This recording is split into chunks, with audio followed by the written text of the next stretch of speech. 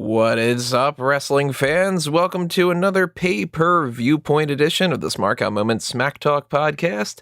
In your house, just ended TakeOver, most recent NXT TakeOver event a few minutes ago. I'm going to give you my live first impressions, do the usual stuff I've been doing here for God knows how many years at this point. Live chat going on right now if you are able to join us. Who's us? Well, right now it's just me. It's just me, Tony Mango. You know me by now. I see Peter's in the chat. Flying solo for this edition, but for anybody who pops up in the chat, I'll try to get as many of your opinions out there as I can. Thank you for joining us, Peter. Thank you for anybody else who pops up or is listening. A couple more viewers kind of coming in at this point right now. Yeah, if you don't know the deal, we're going to give a rundown of everything here. We're going to talk about all the matches, all the results, all the recap stuff, my thoughts on everything, tell you everything that you need to know in case you didn't check out the pay-per-view, or just tell you, how I'm processing the pay-per-view, which is overall massive thumbs up for me. Probably not going to be my favorite pay-per-view of the year, or at least I'm hoping that there's still better things than this, but I think that there were, if you check out the Bleacher Report article I wrote up of the highlights and low points, I didn't put any of the low points out there, just all highlights. Which is really, you can't ask for much more than that, right? You end up enjoying everything on the card and some nitpicky kind of things here and there that I can get into, but, it's not a big deal. And I'm of course, enjoying something like that. So I hope that you guys enjoyed it as well. And I want to know what your opinions are. So drop a comment in the live chat if you are there. If you're listening to this afterward, then drop a comment on the comment section below or wherever you're listening to this. If there's not a comment section like Amazon or Spotify or something, then hop over on something that does have that, or send a tweet at Smark Moment or at Tony Mango, put something on Facebook, put something in the Mega Maniacs, do something on the page on smarkamoment.com. You know the deal, etc., etc., etc. If you are listening to this or checking this out on YouTube in any fashion, though, if you would feel so inclined to help us out in some fashion, there's a lot of different ways you can do that. Hit the like button, hit the share button. Obviously, if you are not subscribed already, do that, especially because I just switched over before I did this. The live chat is subscribers only to leave their comments because I want to make sure people subscribe. So if you're not able to leave a comment, then that goes to show you that you're not subscribed, and then subscribe. Ring that little notification bell as well. That way when we go live for these things. Hit the applause button if you feel like you want to help out in that way. That's awesome. The join button gets you access to the members only stuff. I put up something recently about that. I'm going to put up some more content here and there as much as we can. And that's the same thing as the Patreon. So if you trust Patreon more, or you just like it better or something, same deal. You'll get the same content. Still the Pick Your Poison, still the dark casts, all that kind of good stuff. So keep all that in mind. Pick up the merchandise stuff on TeePublic and Redbubble. I'll just get that out of the way right now. And I'll talk about some other stuff a little bit later on. We're going to do some pay-per-view talk before we just get super deep into plugs and everything. So, Peter, let me know in the live chat there. You thinking thumbs up, thumbs down for this pay-per-view? I'm thumbs up for sure. I said before, I liked all the matches that were on the card. Some of them were surprising. I didn't expect all of them to be a highlight. And I actually had pre-written out that one of them that I'll get into a little bit later, I was like, it's probably going to be a low point. But very glad to see that I was wrong about that. And I liked this pretty much from start to finish. And the start of this was the pre-show. Not too much going on in the pre-show. Not a whole lot of revelations about anything or any kind of particularly noteworthy panel discussion. You got Justin and Arash and Sam all just giving their opinions. It was what it was. It's a pre-show. You don't really expect too much. It's half an hour of filling you in on what the feuds are and everything. So, but we did get a look at the set, and that's something I wanted to start off with. I'm a huge fan of the set. I thought that was great. I really love when they can take something and they can just do something fun to spice it up, because Lord knows we see so many different wrestling shows. We've got Raw and SmackDown and NXT and 205 Live and NXT UK and this and this and this and this and all the pay-per-views, and especially when we've gotten the Thunderdome or even before that with the Performance Center stuff, you got to do something to spice it up a little bit. And In Your House is something that, of course, it hits me in the nostalgia. You know, I am somebody who grew up with that Attitude Era and pre-Attitude Era, the new generation stuff. So In Your House was a thing when I was a kid. Like, that was still live and going around and everything. And when they said that they were going to bring this back last year, I was just like, oh, that's so great. Bringing it back again this year, I want them to bring it back every year at this point. I think that the set is great.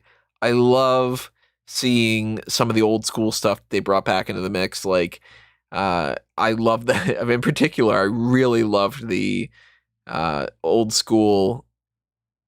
I forget exactly the wording now. I'm blanking on it.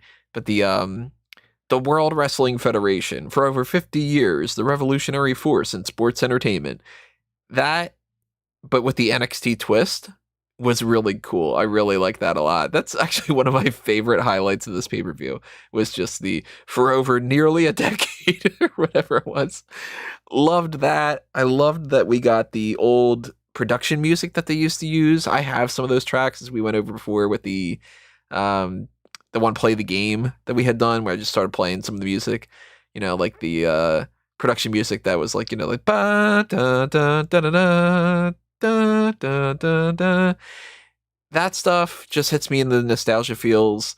And when they show that kind of footage, and it just makes me go, man, I remember back in the day, like, this used to be footage of, like, you know, Diesel and the British Bulldog and Owen Hart and everybody, and, you know, Shawn Michaels in his heyday and everything. So yeah, I'm gonna love that. Loved that we got Todd Pettengill back. Loved that we got Doc Hendricks just for a moment. I love that we got the crowd. The crowd's something that I really, really dig. You know, I have been missing the crowd. I, of course, didn't want them to do anything that would have been not safe, because why would you ever want that to be the case? But having a crowd really makes a difference. And the energy level was just higher because of it, and it just felt more normal. So the whole atmosphere of this was great. That was one of my biggest highlights of this whole thing. What's up, Cloud? What's up, Chris? Thanks for joining us in the live chat here. A couple other people I see working their way through here. So big thumbs up on that. Let's see what Redis Chris is saying here. Only got the chance to watch the last two matches, but huge thumbs up. Definitely check out the other stuff too. I think that this was a rock solid pay-per-view from start to finish. And the first match, starting with, you know, the way the things start, because why not? I'm not going to bounce around too much, was the winners take all match for the North American Championship and the NXT Tag Team Championship. Bronson Reed and MSK against Legado del Fantasma. One of the things for me to point out here, ring gear. Great. You got the gold and like a purplish reddish kind of color, and the blue over on Legado's side, and MSK and Bronson Reed all had this matching black and white and green kind of ring gear. It's something that they didn't need to do, but the fact that they did it just made it a little bit better. It's just an extra little, you know, it's a cherry on top of the whipped cream kind of a thing, because it shows that there's synergy between the teams. You know, Legado, of course, they've been a faction for, I think they had said like it might have been a year at this point. So they're fully a team. But MSK and Bronson Reed, they're just a singles guy and a tag team. And the fact that they could all match up, little details like that, I'm a big fan of. So I like that a lot. I enjoyed the match from start to finish as well. Good series of everyone jumping to the outside is one of the notes that I had written down here, where it's just one after another. One person jumps, the other person jumps, another person jumps, that kind of thing. I liked Reed tackling Escobar through the barricade. That was fun. There's not a whole lot of noteworthy things for me to mention about some of these matches in particular, but I just liked it. You know, it's kind of as simple as that. I liked it. It was good. Legado had their moments. MSK and Bronson Reed had their moments. Of course, they end up retaining the titles. Bronson Reed splashes, I believe if it was Raul Mendoza's who he pinned. And that makes the most sense too, because, you know, you don't want to have Escobar take the pin. Ideally, you want to have the singles guy get the pin, because he is kind of like the team captain.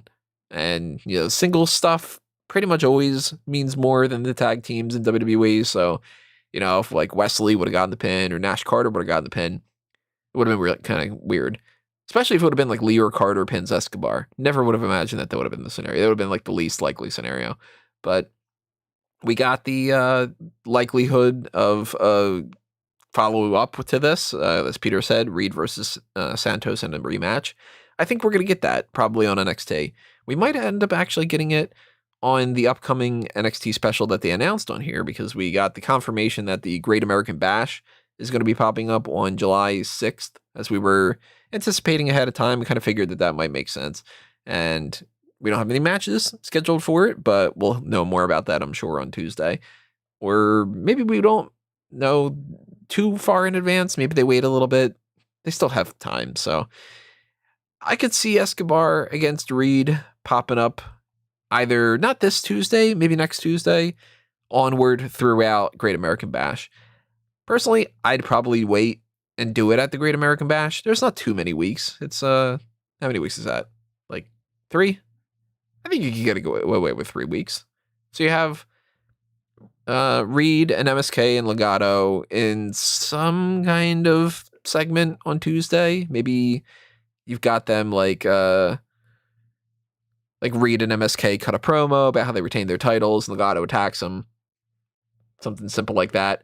And then maybe the week after that, you get Reed against Joaquin Wilde and MSK against, I don't know, some other tag team. You don't even actually have to factor MSK into the mix there.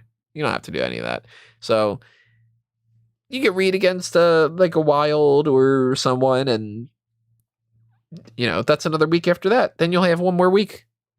And then you do it. So that's where I'd go with. Maybe they go with it a little bit sooner. Maybe they build something else up in the meantime. I don't know. Of course, if we find out any more information about that, we'll talk about that down the line. I'm not going to do a usual like pay-per-view-point thing for Great American Bash. It's just a regular episode of NXT with a little bit of an extra bonus to it. So not going to treat that like a pay-per-view, but it is a special. And I actually went through, this is kind of annoying, but I went through last night, if I remember correctly. All my days blur in together. I don't know. It was last night or the night before. And I had realized that I didn't put down the special tag on all these different TV specials for all these things over the years. So went through for, Raw 1400 and all that, gave them the little thing. So now at this point on smark@moment.com, if you go to the little sidebar and you see like the pay-per-views and the special episodes, you can now check out all those previous ones that we had done coverage for. Going back to, if I remember correctly, like Raw 25 was one of them, and SmackDown 1000 might have been one of them. Yeah, just something extra, something that I wanted to make sure that I had out there for you guys.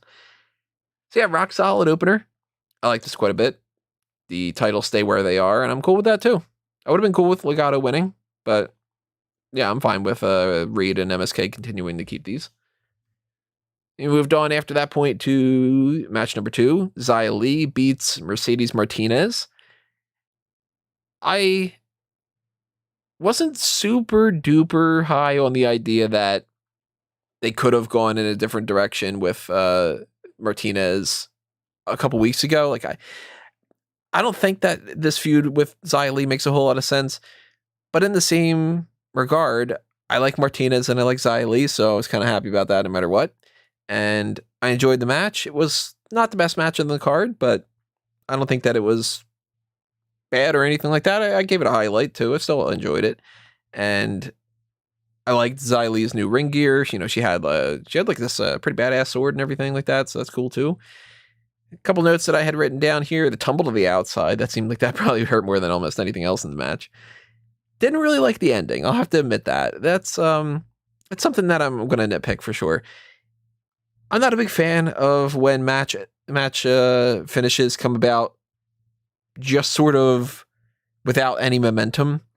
So the way that this worked, if you didn't see it, was Martinez put Xia Li back into the ring, and about maybe 10 to 15 seconds later, Li just got a kick and then pinned Martinez. And I don't know, I like a little bit of a build up. I would have liked Martinez doing something to Xia Li, and Xia counters it after, a couple seconds or whatever, and then that leads to the kick. Or maybe Li starts building up some momentum and then she hits the kick afterward. it just sort of came like they forgot that was the end of the match and they needed to get back into the ring and then just do it, sort of a thing. So that was weak. That wasn't my favorite part. And they followed that up with, after Xia Li gets the win, Boa and Xia Li are going to attack Martinez with a chair, and Martinez turns the tables, even though it's a chair, not a table, and she starts wailing on them instead, and Mei Ying comes over, and she has a little bit of a stare down with Martinez, who tries to take the fight to Mei Ying, but Mei Ying is able to kind of just brush off the chair shot a little bit, dig her claws into Martinez's neck, and just whip her right into the barricade. Just, chucking her smack dab right in the middle of that. Positives and negatives. I like that Mei Ying is doing something more, but I also wish that she was doing more. You get where I'm coming from?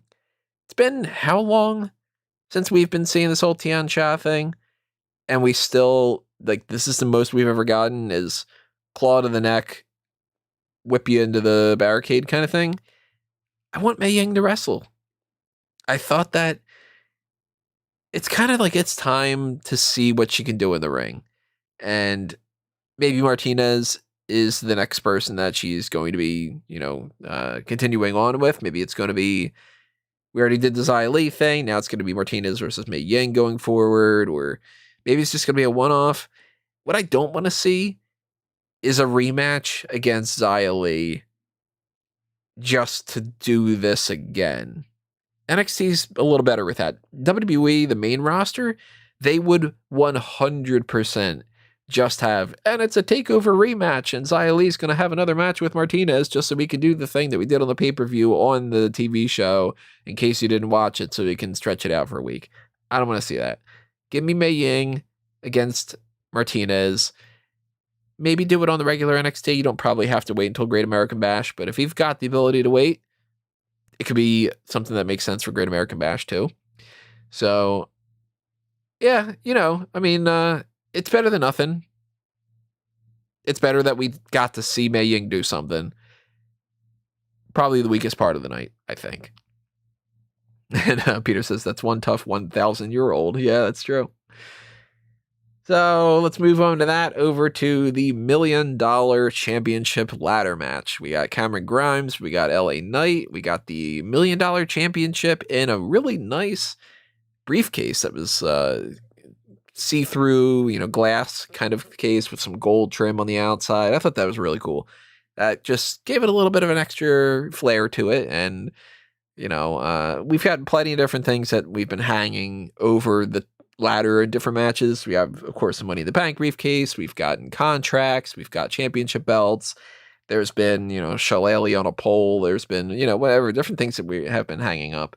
And I wouldn't want them to do this for other championships going forward. I think that this should just have been $1 Million Championship type of thing. But, it's better than just the title hanging. I thought that was really neat. It was kind of like with the ring gear thing. You put a little bit of extra detail into something, I'm going to enjoy it quite a bit. So I like that. And this match was great. This might have been my favorite match of the night, actually. It's kind of a debate between this and the main event. I'm leaning a little bit more towards this, though, now the more I'm thinking about it. They were beating the crap out of each other. LA Knight, in particular, seemed like he was working really stiff. He was chucking ladders like he wanted to kill Grimes. There's one moment in particular, I should say, where he went to slam it on top of Grimes, not Graves. And when he did it, if Grimes wouldn't have moved out of the way, that would have been like a real bad smack to the face or something. But he just moves out of the way. And something that I put in the Bleacher article, a lot of these ladder matches, they can come off kind of like dance choreography. Like, you can start to see where somebody's setting something up and all they're really doing is they're trying to make sure that the other person is safe, which you got to do, of course. But, I'm going to hold the ladder in this position until you jump and you do this kind of a thing. And, I'm going to pick up the ladder and I'm going to chuck it at you, but I'm only going to do it after I can see that you have moved well out of the way at this point.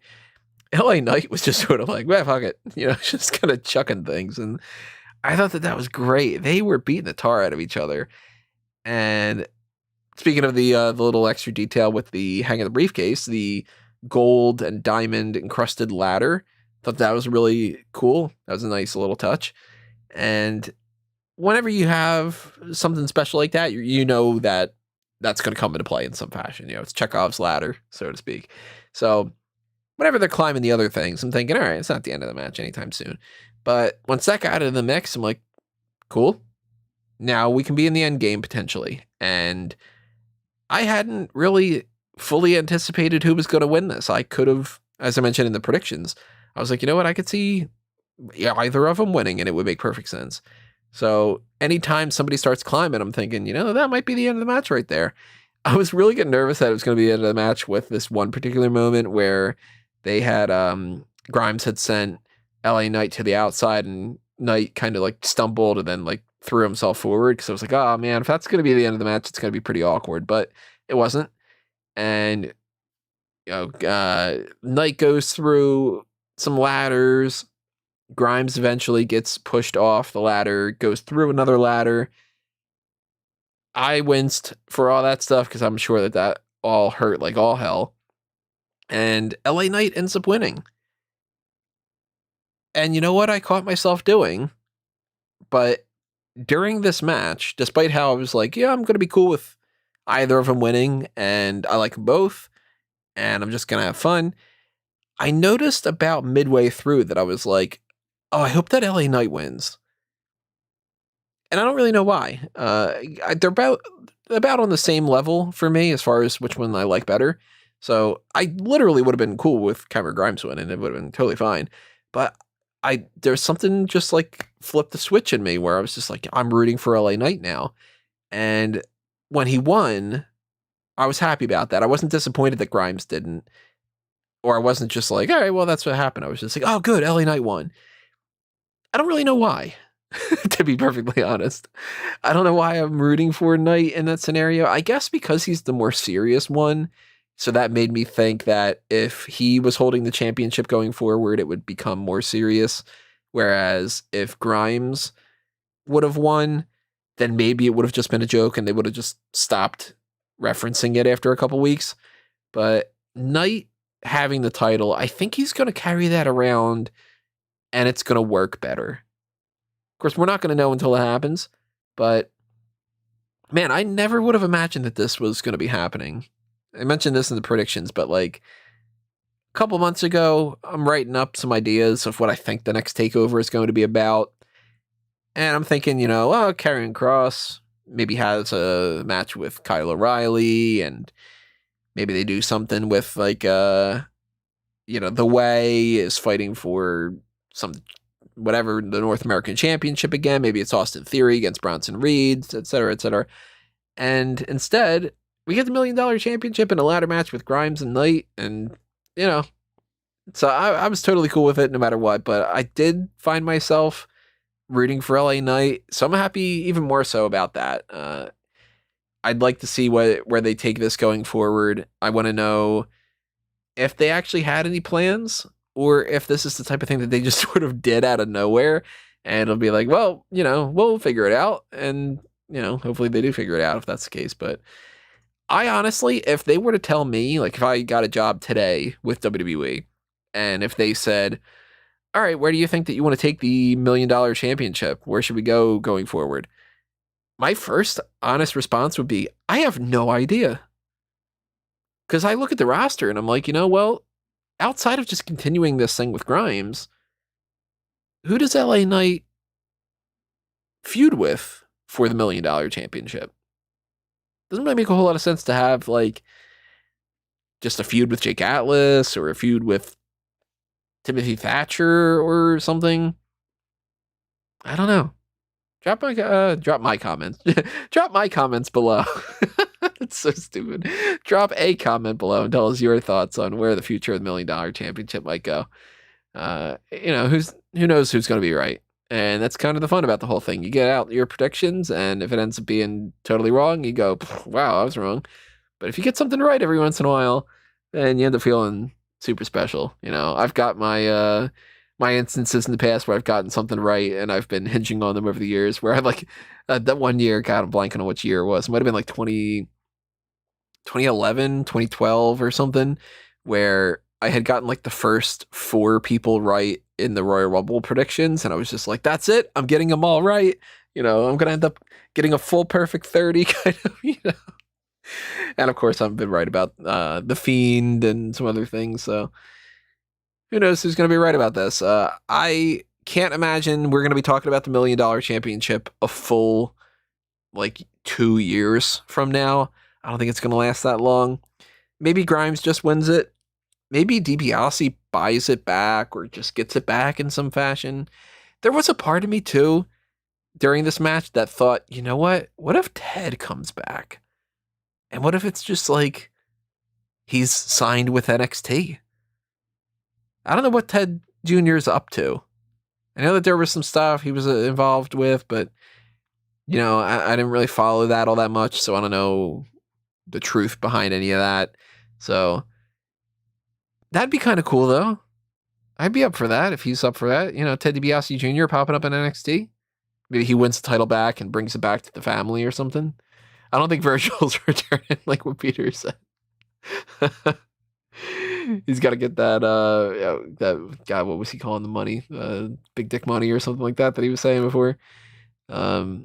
Virgil, if you want to see Virgil, check out the most recent convention. He pops up at those conventions all the time, and the world's opening up in a different way, so I'm sure he'll be popping up at more of those things. But it'd be kind of cool though, Virgil popping up and doing something. I'd be cool with it. But yeah, I'd lean more towards hopefully Teddy comes back and does something, or maybe there's something else on, somebody else is going to get a different gimmick going forward where they're going to be more of a $1 Million Man type of character. I can't imagine like Escobar going in that direction. I can't imagine most people. Cloud mentions the Top Dollar thing that I mentioned before about the in the predictions of like, what if this is just a big tie-in for the Most Wanted Treasures thing? Top Dollar comes around and he's just kind of like, so what can I give you to put this in the WWE archives? We're going to put this in the warehouse. We get $2,000, $10,000. What are we going to do here? That'd be kind of funny if that was the case. But, everybody's got a price. And if you've got a price that you want to take advantage of and you want to save some money for different things, I got something that you might be interested in. And that is Manscaped. So, as you should know by now, support for Smark Out Moment is brought to you in part by Manscaped, our sponsors for this edition and many other episodes that we've got going forward and we've done in the past here. Manscaped is a great source if you're picking up anything on the male grooming side of things, some shavers or some razors, or as you can see on your screen right now, if you're checking this out on YouTube, you got the ball deodorant, the ball toner, you got all the different things that if you want to clean up your house, take care of some lawn care, you got the Lawnmower 4.0. If you want to get rid of the weeds that you got growing, you got the Weed Whacker. That's the nose trimmer for anybody who wants to know. I, at this point, have tried multiple different things. I got my Ultra Smooth package in the mail the other day, and I would say go ahead and pick that up. But they're pretty much sold out, so you kind of can't. But what you can do is, with anything that you pick up on this site, if you go to manscaped.com and you use the promo code SMARK, SMARK, you get 20% off and free shipping, and that is applicable to all the different things that are up on the website. So I can give you a personal guaranteed thumbs up satisfaction type of deal when it comes to the boxers, the t-shirt, the lawnmower, the Weed Whacker. I tried that out because I just got that in my Ultra Smooth package, and the Weed Whacker combo that I had gotten. I have not tried the cologne yet, and I have a terrible sense of smell. I can't smell anything, but I've gotten some other people to smell it for me, and they like the smell of that too. So the cologne is something that is a thumbs up as well. I'm gonna try that pretty soon, and get some more reactions for that kind of thing. Can't really get a whole lot of reactions when it comes to the the ball shaver type stuff or whatever. I'll ask Caroline, but I wouldn't be promoting the Manscaped stuff if I didn't actually give it that thumbs up. So trust me when I say, if you want to take advantage of all the different products that they've got there, you're buying it with a guarantee that it's going to be worth the money. Even the packaging, it sounds kind of stupid, but the packaging is still even something that I had said this to Rob, because Rob got some of his stuff most recently from Manscaped as well.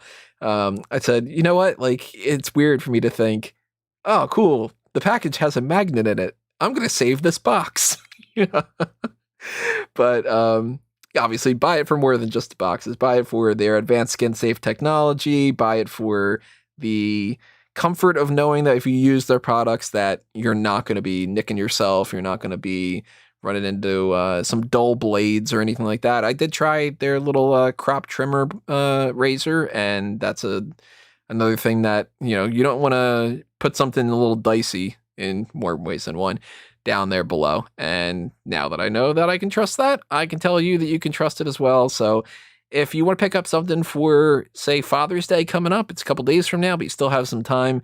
That's June 20th right now. It's June 13th at the time. But you place an order, you might be able to get it in time, or at least afterward. Maybe you could just be like, oh, the shipping people, they didn't do it, that kind of thing. Blame it on the UPS.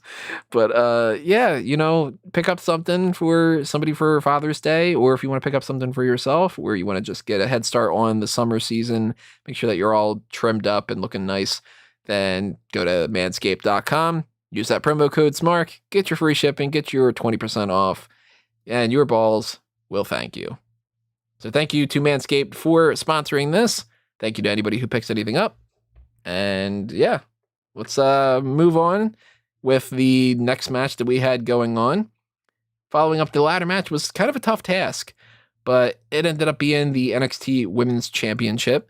And at the start of this, the crowd was kind of dead, but they warmed up a little bit more. This was a match that I thought that it wasn't going to work out all that well. So I'm very happy to say that I was wrong. I thought that this was honestly even better than the Martinez and Xia Li match. I think that for what it's worth, even though I knew ahead of time, of course, that Raquel wasn't going to drop that championship, there were some moments where I was just like, you know what? They're doing a good job selling me that if I wasn't so damn cynical, that I would just buy into it, especially once we got the Eclipse. Ember Moon hits that, and Raquel only retains the championship because Dakota Kai puts Raquel's foot on the ropes. So it's a means to, of course, down the line, whether it's this Tuesday or next or whatever it might be, Ember Moon's going to be like, hey, look, I had the championship won. If it wasn't for Dakota Kai, it's whatever. That also set up Shotzi Blackheart coming out. She evened the odds. She fought with Dakota Kai. She shoved her into the garden around the stage. I thought that was kind of funny. And throughout all the hustle and bustle, Raquel gets back on top, hits her one-arm powerbomb, retains the championship with a pinfall. I enjoyed it. I don't think that it was the most dynamic thing in the world. I think that they kind of had not an easy ride or, an easy fallback plan, or I don't even know exactly how I would constitute it. But on paper, this makes a lot of sense. Ember Moon's a former champion, a former tag team champion. The tag team titles, of course, was involved with Dakota Kai and Shotzi Blackheart with the mix between these two. So they already had a foundation going there. And Ember being a former NXT Women's Champion means that she's been to the mountaintop already. She could beat Raquel, but Raquel winning means even more because now she's beaten a former champion to retain her championship. Going forward, she's not going to have a whole lot of other options to be able to do that. Not many people that are in NXT right now were former champions. She already beat Io Shirai to win the title, so can't just do that again and again and again. She can beat Toni Storm, who she didn't win the NXT championship, but she won the NXT UK Women's Championship. And, maybe we get some roster switch around here and there. I don't really know what. I don't think that the draft is going to factor NXT into it. The more and more that I'm thinking about it, the more I think that we'll just get a couple people called up and that's it. But, once in a while, like Finn Balor went back. So maybe somebody else goes back too. Still would have thought that maybe Mickie James would have been a great fit for that. But then again, I wouldn't have hired her. Or Joe. Or Aleister Black. Or, practically any of these people, But, yeah, I like the match. I thought that it was good. I don't want to see another one, despite the fact that I did like it. I just don't really like seeing rematches like that. I'm at a point where there's just so much wrestling that I'd rather ultimately see less of it than to see something that is good but not great that I've already seen before. So I don't really want Dakota and Raquel in a tag team match against Shotzi and Ember. And I don't really want Shotzi against Raquel in the next couple of weeks, but I'm kind of assuming that happens at Great American Bash. They got a couple of weeks. It's not going to take too long. They can keep this going for a little bit. So I'm imagining that's the case. I'm more into the idea of the Dakota Kai and Raquel Gonzalez match, but it's too early to do that. So they have to fill in with anything else that they can in the meantime. I was thinking for the longest time that Shotzi was going to be the next champion. Now, not feeling so much. Now I'm kind of thinking maybe it's Saray. There's nothing at all leading in that direction. I don't think they plan on having a new champion for I don't know how many months. But yeah, I don't know where they're going with this. I'm assuming Shotzi at Great American Bash, Raquel retains. And by then, maybe they started moving on to somebody else. But this was good. It did its job. No real complaints. A couple moments here and there that I liked. Nothing really, again, too standout-ish. There was a nice roll through, and I didn't like the part, for instance, where Ember ran the ropes just to do, a move that didn't require her to run at all. But that's nitpicky stuff. It's not like, if anybody looks at something like that and they go, oh, it's the worst match ever, then, come on. What do you expect? After that, we had some karate fighters. That was cool. Top Pettengill had about a 10-second match with Dexter Lumis, and this is just a fun little jokey thing. He says, so how the ladies treating you these days? And Lumis is just entranced. Because we got the whole Indy Hartwell thing going on. Rips off the karate fighter and walks away. Fun, neat. I like it. Not the most dynamic thing in the world either, but the karate fighters tie-in's fun. Top End Girl's fun. Carrying on that story with Dexter Lumis. That's good. We know that we're going to get a Cruiserweight Championship match next week. That was another announcement. So, open challenge for Kushida. Who ends up facing Kushida? Drop your thoughts in the comments below. Since it's an open challenge, it could be literally anybody.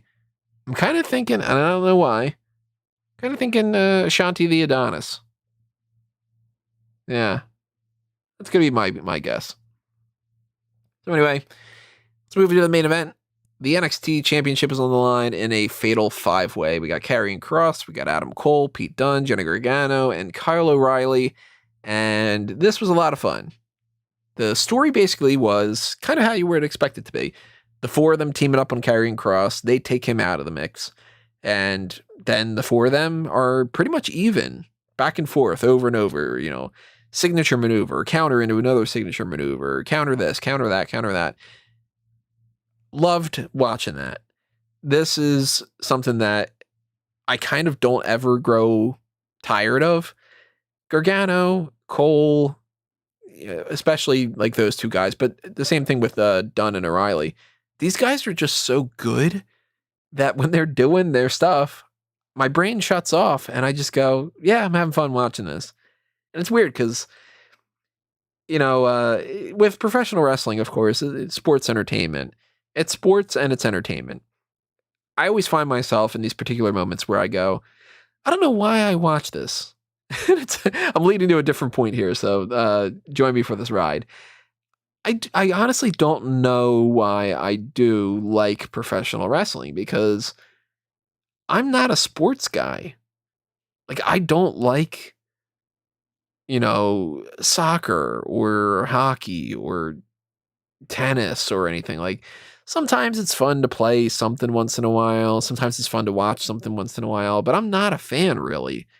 My extent of playing sports was basically phys ed in high school and, the previous school years before that. And, once in a while, it's like, yeah, I'll chuck a ball around with somebody or whatever, but I'm not playing football. I never had any aspirations to be a baseball player. It's fun to go to a game once in a while, but every couple of years, now I'm good, you know. But you would think, well, then you watch it for the entertainment stuff, right? You know, the storylines and everything. And it's like, well, the acting's bad. The storylines are terrible a lot of the times. So what do I watch it for? It's a subpar for this and subpar for that or whatever. But it's just a weird mix of something. Like, I don't know what triggers that in our brains, but it works for me. And when you see matches like the Dunne and O'Reilly and Gargano and Cole stuff, where it's more just of the athleticism and less of the storytelling, you would think a guy like me that's more into story than anything else would just be like, it's just a series of moves. And I definitely do that with AEW. But with those guys and Ciampa, and, you know, a couple other people too, AJ Styles, Kevin Owens, it just hits differently. And I can watch like Gargano and O'Reilly, for instance, have a 30-minute match and not be bored. And then I can watch other people have a 3-minute match and I can just be like, oh my God, just end it already. So anytime that Kross wasn't in the mix here, despite the fact that he's like the driving point of this whole match, you know, he's the champion, he's the big guy, I was like, cool, just let Cole super kick Dunne so that Gargano can do, or I think it was Gargano, it might have been O'Reilly, can do, a back Hurricane Rana. And then follow it up with this, and then follow it up with that, and then trade this off and switch this maneuver around or whatever. I'm like, yeah, just do it over and over and over again. And I'll just keep going. Cool, neat, cool, fun, cool, you know.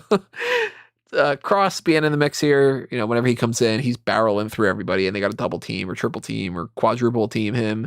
So good story when it comes to that.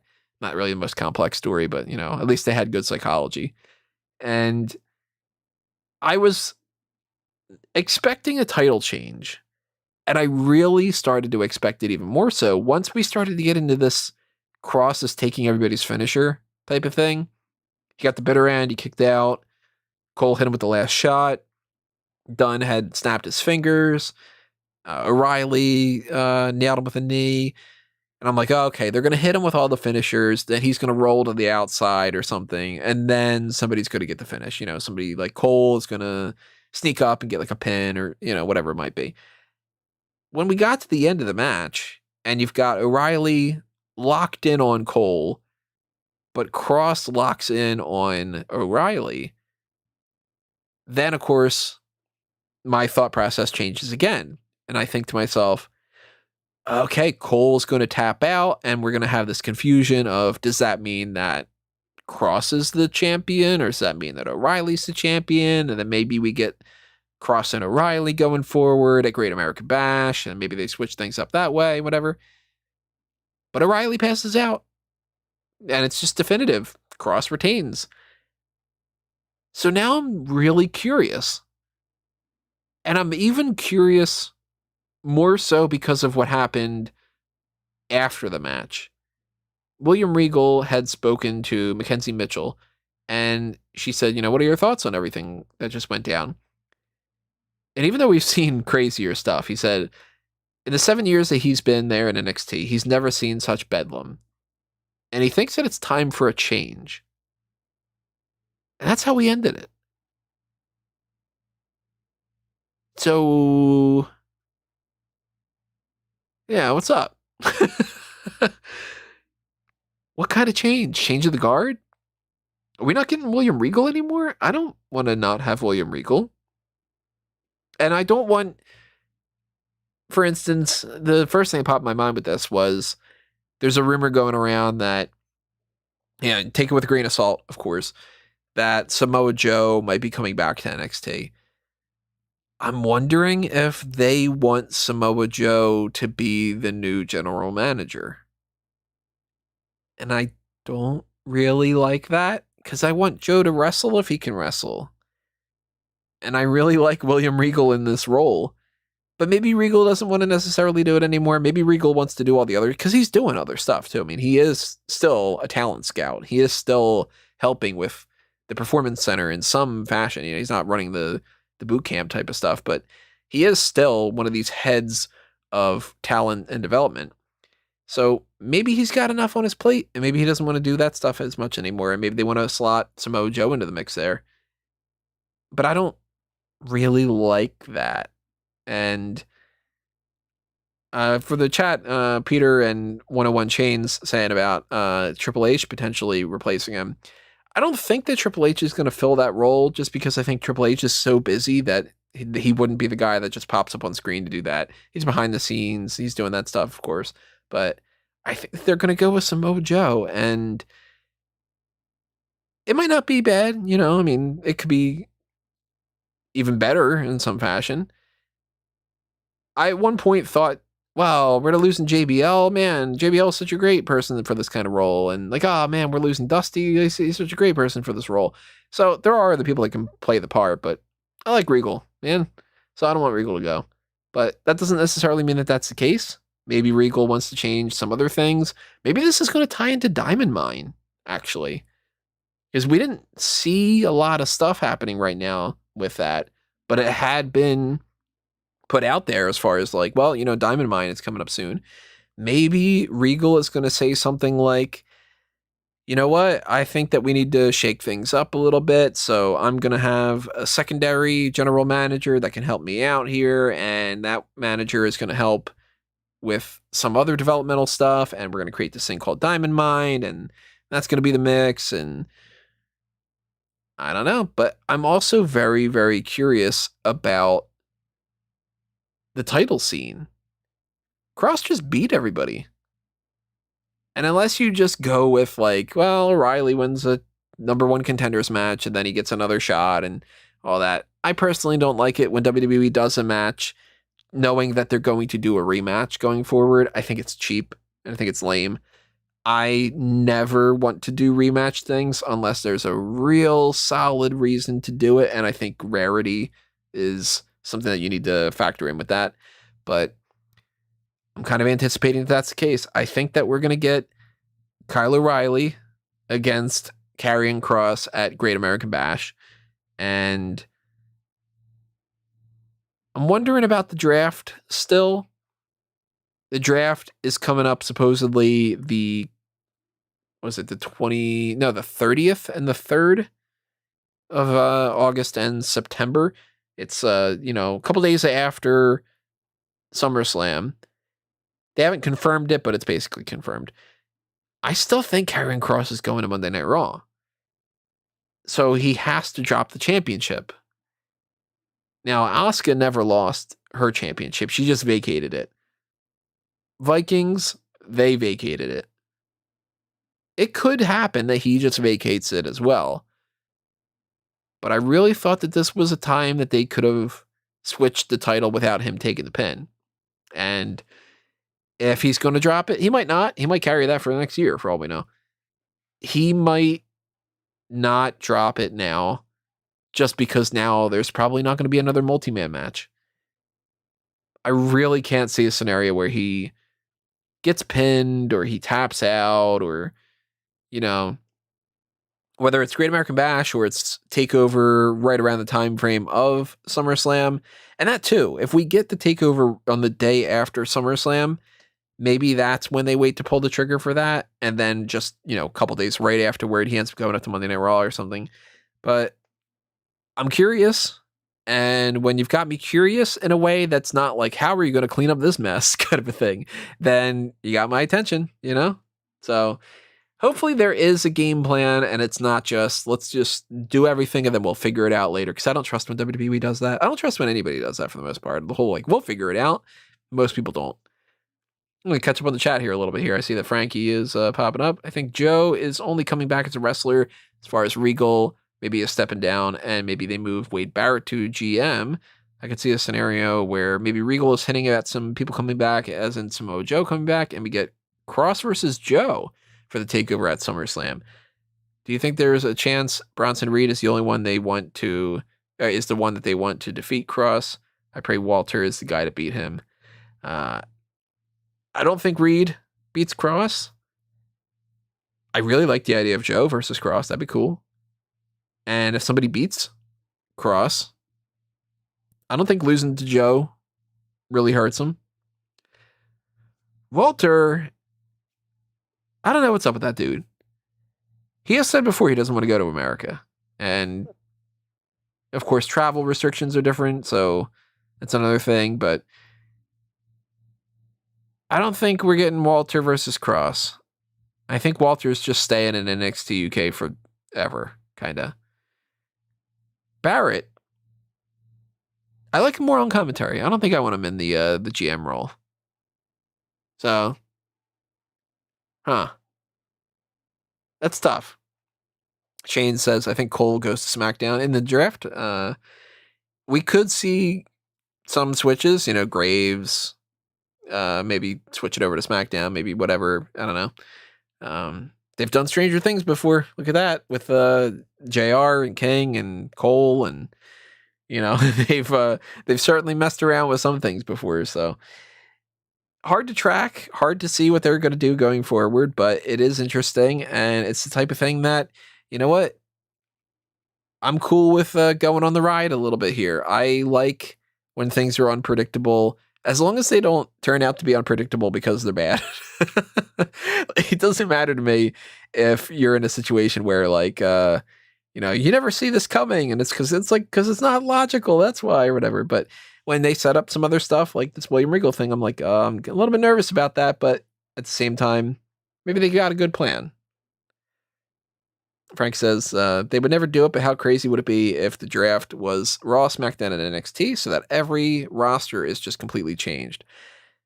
I would love it. I think you need to mix around some people. I really think that Ciampa should come up to the main roster. I really think that maybe Naomi should go down to the NXT roster. Maybe you can take... I kept pitching for a while, and of course he's gone from the company now, but I kept saying, man, Bo Dallas needed to go down to NXT. That would have been such a career boost for him. And I guess he's content with just being on the farm or something, or maybe they had no interest in pushing him. I don't know what the case was with him, but some people, they could use that rejuvenation. And some other people, they've just been in NXT so long that they should come up to the main roster and work with some new people, I want to see Ciampa versus Orton. I want to see Gargano versus Styles. I want to see Cole go up against people like Daniel Bryan and Kevin Owens. And I mean, we've seen Bryan and Cole, but and Bryan's not even really in the company right now, but you know where I'm getting at. There's options for these kind of things. Give me those matches, give me some different stuff. And I guess we'll find out in a couple weeks.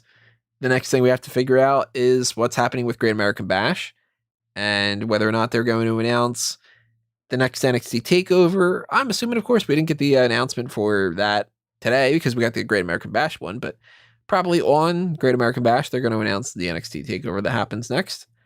And now that we had that discussion, I'm really hoping that it's Bash at the Beach. I don't think it will be, but that'd be great if they ended up doing that. Cole versus Roman for the Universal title. There's a little bit of a suspension of disbelief because Cole is smaller, but yeah, give it to me. Give me Cole versus Rollins. Give me Gargano against Cesaro. That would be great. There's a whole slew of matches that you could do here with some people that just have never really worked together. And if everybody stays on the rosters that they're in, then you can't ever do that. I'm not the type of guy that says, let's wait to do Sting and Undertaker, and let's wait to do the 4 Horsewomen. Nah, do the match when you can to make sure that you can do it. Otherwise, it's just another thing that we kind of are like, well, it would have been a dream match. We could have gotten that. We could have gotten that kind of thing. Kross versus The Fiend. It's just a bunch of wacky entrance stuff. You got Alexa and Scarlett on the 2 sides, So, at the end of the day, that is NXT TakeOver in your house. I liked it a lot. I don't think it'll be my favorite pay-per-view of the year, but it was something that was rock solid from start to finish, so I can't really complain about anything. And it seems like it's pretty much thumbs up from everybody else. Yeah, daily reminder, where the hell's Keith Lee? Man, I don't know what's going on with Keith Lee, but I want that dude to be Intercontinental Champion, Tag Team Champion, World Champion. I want him to just cross everything off the list. I want him to main event WrestleMania. I want him back. Also, what do you think of Raw's situation right now? Which situation? I guess generally speaking, I'm not a fan of it. I think that there's a lot that they can improve on. So, yeah, not the best thing like that. But if you're not listening to this live, remember, drop your comments below. Tell us your thoughts on NXT TakeOver in your house and where you think things are going forward. What's going on with Regal? Who's going to be next in line for the championships? What's happening for Great American Bash? What's up with that $1 million title? You know, how much do you think it's really worth? Kind of thing. And check out everything else that's happening coming up soon. We've got a couple things that are in the pipeline already from both different channels here. Of course, if you're following things over on fanboysanonymous.com, you'll see that we've been doing some fan tracks. We've been doing some movie reviews. We've got the Review to a Kill James Bond series that we've been rounded down here. We actually just recorded Skyfall yesterday or the day before. So we're just about at the tail end of that. And we're going to kind of transition that into some other things going forward as well that you guys might be enjoying. We're going to watch somewhere down the line, a couple weeks from now or so. We're going to do fan tracks for the Austin Powers movies just because it's like, oh, let's keep Review to a Kill going. Let's do that. We might be doing that for the Johnny English movies. We are going to be doing some tier list kind of content. And there's other movies that are coming out and stuff too. There's other topics I want to get into on Fanboys. So subscribe and follow and like and share and head on over to the Patreon and join things and all that stuff over on fanboysanonymous.com. Do the same thing for a Smark Out Moment. And stay tuned for next week is going to be the Hell in a Cell coverage. So we're going to wrap things back around and do another Pay-Per-Viewpoint predictions and post-show for that. We got another episode of the Hot Tags coming up next week as well. And then we're running into a spot where we've got some blank weeks. And it'll be episode 499 and 500. I mean, we've done more than 500 episodes, but it's week number 500, which is like, oh man, that's crazy. So I haven't decided 100% what I'm going to do. And I got some ideas, but if you have any ideas in mind, what you'd like to see for episode 500, let me know, because I'll factor that all in. I'm going to have a special for episode 500, and I want to have something special for the anniversary. That's going to happen around the end of October, and that'll be, 10 years of doing this podcast. 10 years. Nuts. Time flies, man. It's crazy. Makes me feel so old. But, coming up soon, we've got at least the Hell in a Cell stuff, and then we got those blank weeks and stuff. I'm also working on a new tournament to go around here. I'm pretty certain I know exactly what it's going to be. So I guess I'll just announce it. What the hell? I mean, if it changes, it changes. But the current game plan is it's called the Heat of the Moment tournament. And it's going to be, heat of the moment because it's in the middle of the summer. And it'll be, what do you think is the best heel act in AEW and WWE? At least for right now, because it's heat of the moment, what's going on in the moment. So that's coming up in the next couple of weeks. I haven't pinpointed which day I'm going to start, but I think I might start it on around the time frame that we're doing the quarter 3 mailbag, maybe. That's coming up soon too. When is it coming up? Let me double check my list, because I'm pretty sure that's coming up sometime in July or so. That is happening July 7th or so. So maybe that's when we start. We got 3 weeks worth of, like, what do we do? And then we have episode 500, and then we do the mailbag and whatever. I don't know. You got any suggestions? Drop them in the comments below. We'll figure it out over the course of the next couple weeks or so.